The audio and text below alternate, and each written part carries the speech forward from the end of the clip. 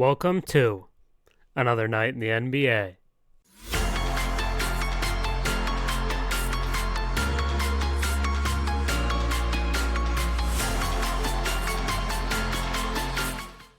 This is your 10-minute recap of the last night of NBA hoops, and the main topic of the night was Bucks versus Clippers, a matchup between two very good teams, one of the best teams in the West and one of the best teams in the East. But before the game, Giannis Antetokounmpo was ruled out with an injury, and it seemed like any excitement for the game and any realistic chance the Bucks had was over, because Khris Middleton has been out for a while now, and Giannis out as well. It just felt like two of the top three players on this team, you're just not going to be able to compete.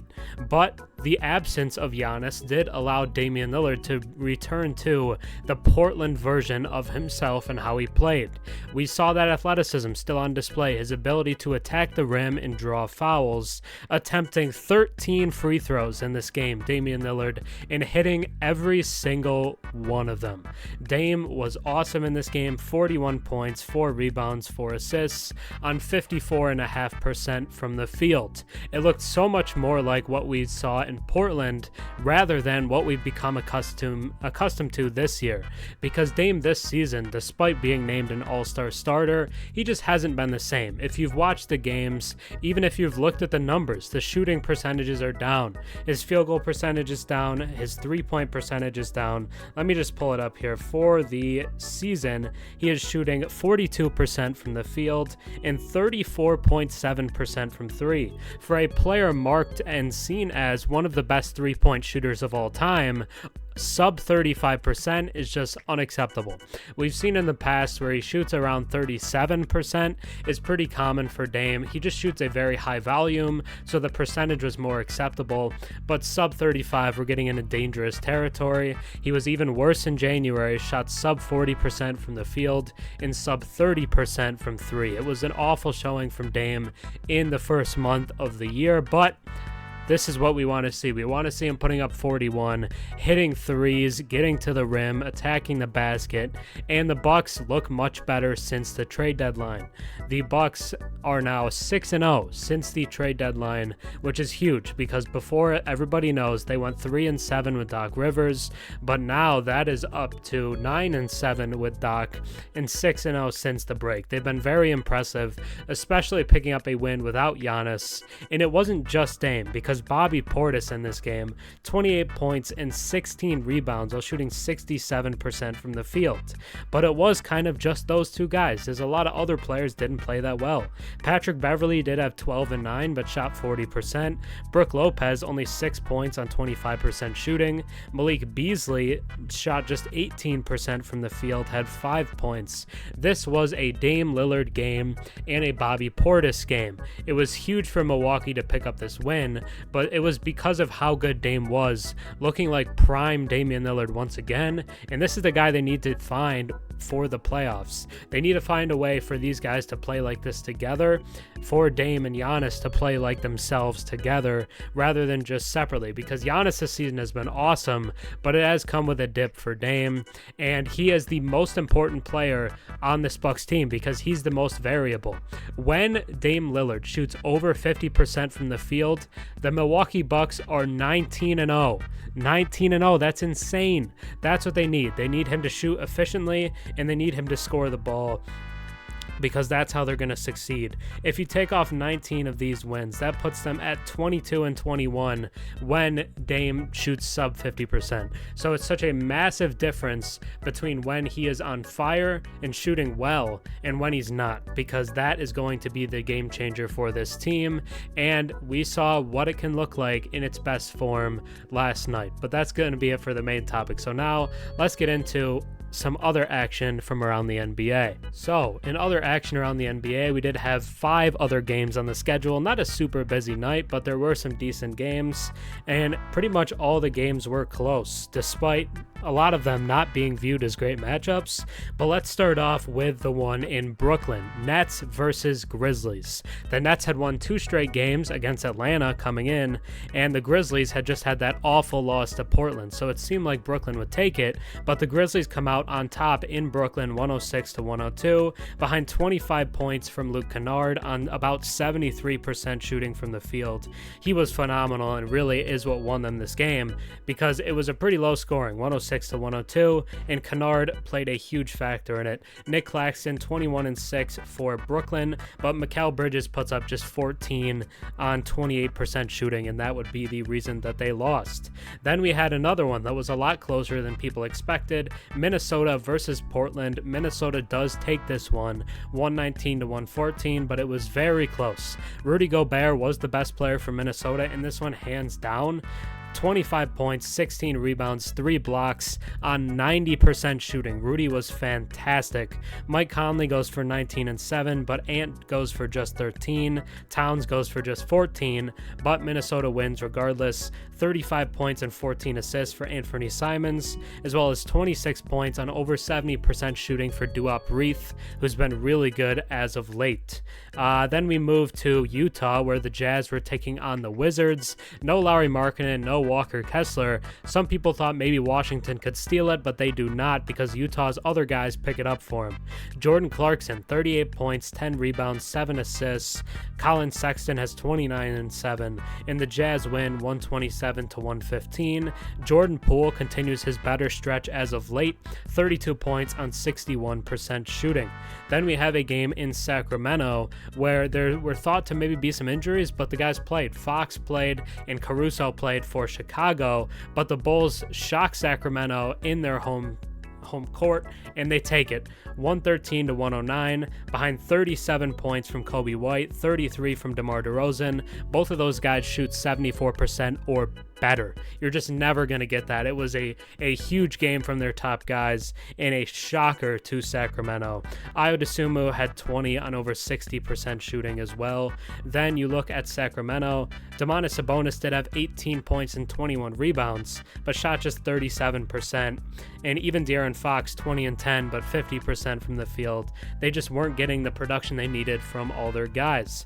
And then in the last game of the night, we had Lakers versus Thunder. The Thunder coming off the second night of a back-to-back, beating Phoenix the day before, but that clearly mattered because the Lakers take this one 116-104 in LA.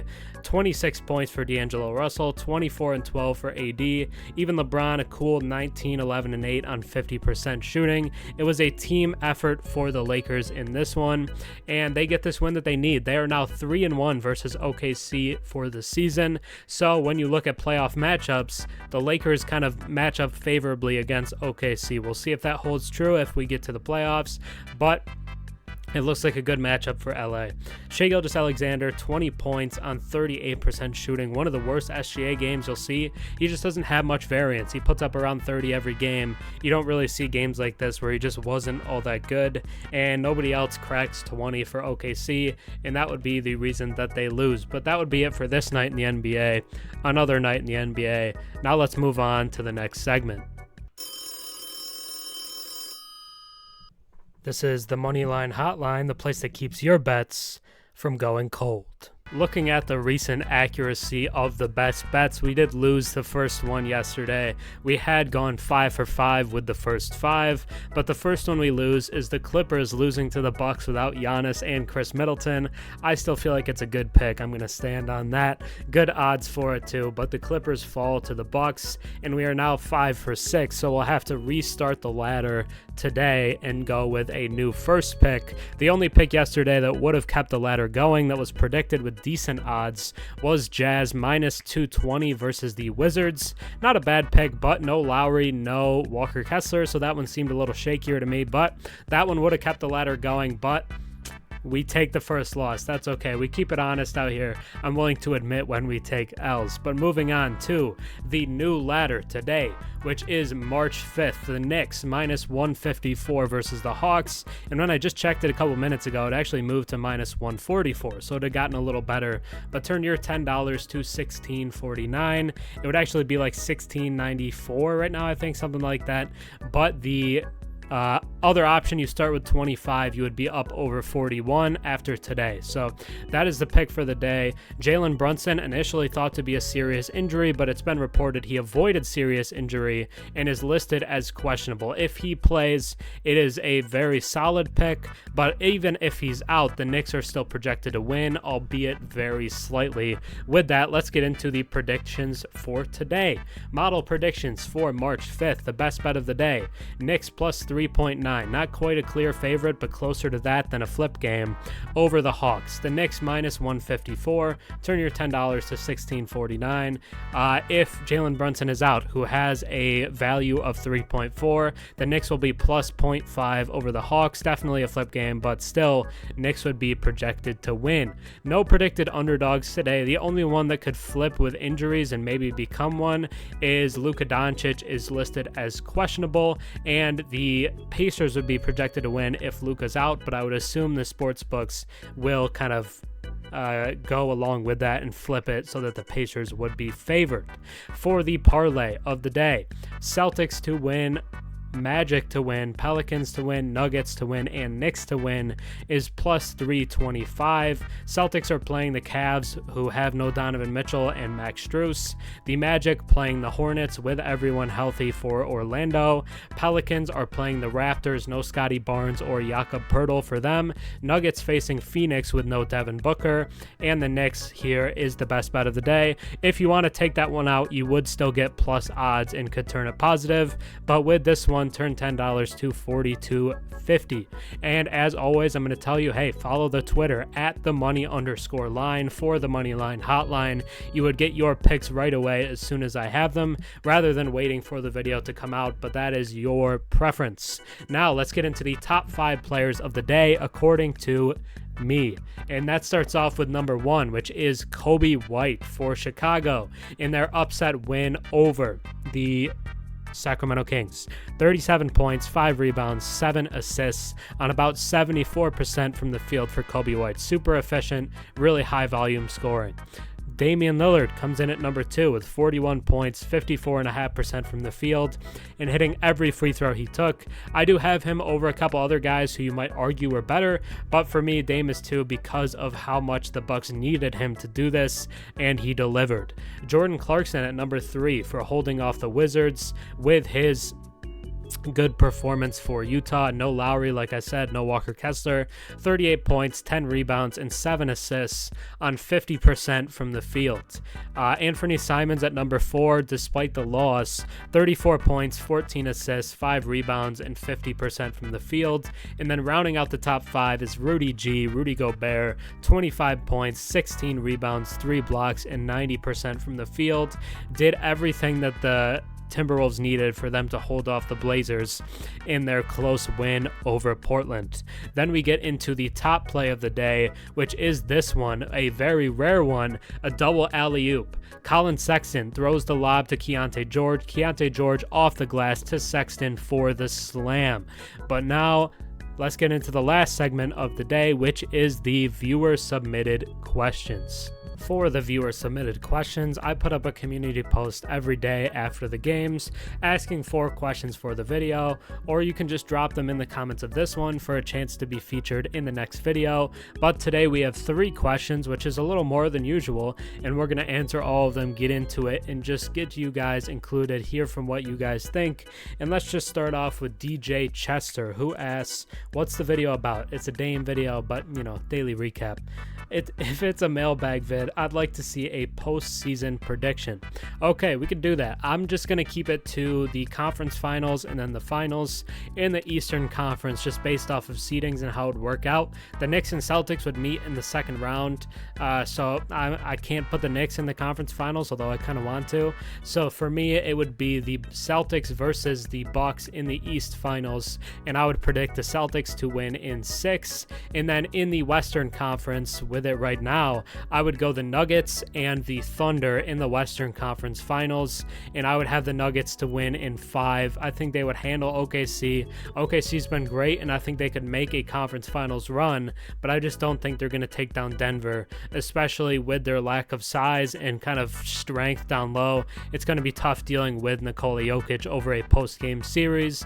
And then in the finals, I would take the Celtics over the Nuggets in 7 games. I think it'll be a great series. I think a lot of people would be right to say maybe the Nuggets should be favored to win, but the Celtics to me have been the best team in the league pretty easily this season. They're one of the best regular season teams we've seen in a long time, and because of that, I'm going to take Boston to win the whole thing. Second question coming from Roca Rules. Will Damian Lillard regret going to the Bucks if they get eliminated in the first round?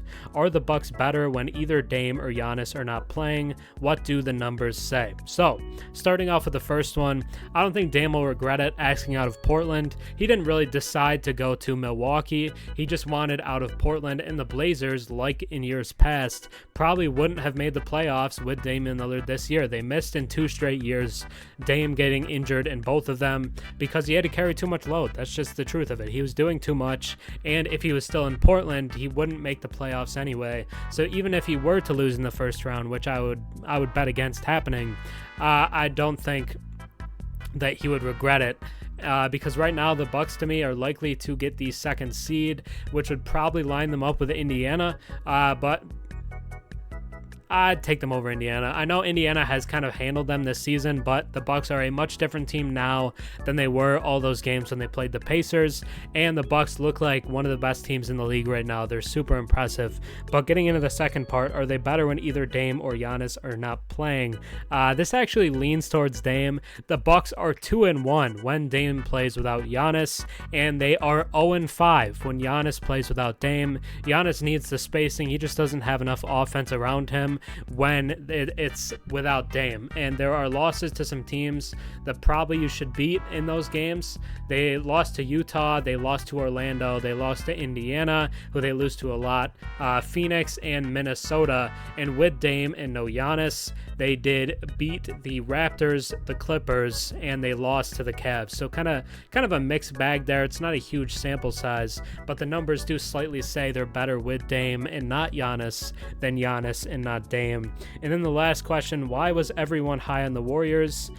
With their good streak, it was an incredibly easy schedule. Depleted Knicks, Sixers, no Beal, Suns, and the Lakers are frauds. The Lakers are not frauds. The Lakers have been really good as of late. The Lakers just beat the Thunder last night. So this feels like a question that is not being asked with the utmost fairness to the teams involved. I also don't think the Warriors streak was fake. I just don't think that's true. Just looking at some of their games, I had their game log pulled up. You could say it started after they had those games postponed with their assistant coach tragically passing away.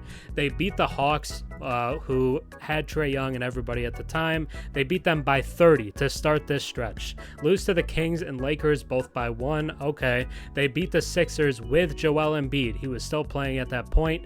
Beat the Grizzlies by 20. They beat the teams they're supposed to beat easily. The Hawks beat them again. No, they beat the Hawks the first time. The Hawks split it, beat them 141 to 134.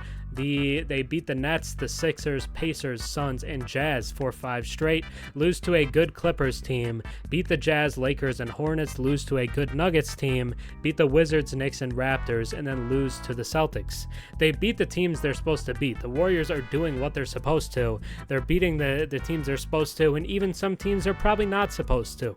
I don't think it's fake at all. I think people were right to be high on the Warriors' recent streak of good games, and I think the Warriors are a team that many teams will be afraid of if they meet them in the playoffs. But that's going to be it for us today. So hopefully you enjoy the daily recap. I always do. Drop your questions to be featured in the next one. But thanks for watching. I hope you enjoy the daily recaps. I really love making them. I do. But that's going to be it for me today. So think about subscribing. I'm on the road to 13,000, but that'll be it for me. Have a good one, guys. Peace.